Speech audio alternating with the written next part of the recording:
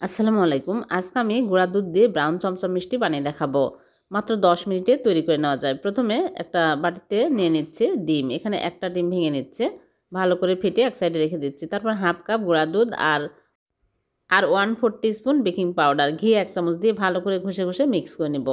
তারপর ডিমের মিশ্রণ অল্প অল্প করে দিব আর মাখিয়ে নেব। নরম একটা ডো তৈরি করে নিতে হবে। 5 মিনিট পর আমি চামচ দিয়ে এরকম করে নিয়ে আমি চমচমের শেপ দিয়ে নিচ্ছি। সবগুলো মিষ্টি এইরকম করে বানিয়ে নিয়েছি। এখন এগুলো আমি এক সাইডে রেখে দিচ্ছি। চুলায় প্যান বসিয়ে চিনি 1 কাপ দিয়ে নেড়ে চেড়ে ক্যারামেল করে তারপর পানি দিয়ে দিচ্ছি 3.5 কাপ। 2টা এলাচ দিয়ে বলক তুলে মিষ্টিগুলো দিয়ে দিচ্ছি। দিয়ে আমি ঢেকে হাই হিটে জাল করব 10 মিনিট। মাঝে মাঝে ঢাকনা খুলে নেড়ে ছেড়ে দিতে হবে আর বাতাস বের করে দিতে হবে। এভাবে করে আমি 10 মিনিট মিষ্টিগুলো জাল করে নিয়েছি। চুলা থেকে আমি রেখে দেবো সারা রাত। পরের দিন সকালে মিষ্টিগুলো তুলে আমি মাওয়াতে কোট করে নিচ্ছি। হয়ে গেল ভীষণ সুস্বাদু নরম তুলতুলে মাত্র 10 মিনিটে হাফ কাপ গুঁড়া দুধ দিয়ে 1 কেজি ব্রাউন চমচম মিষ্টি। এভাবে বানিয়ে দেখবেন, একদম পারফেক্ট হবে। ভালো লাগলে লাইক কমেন্ট শেয়ার করে দেবেন। আল্লাহ হাফেজ।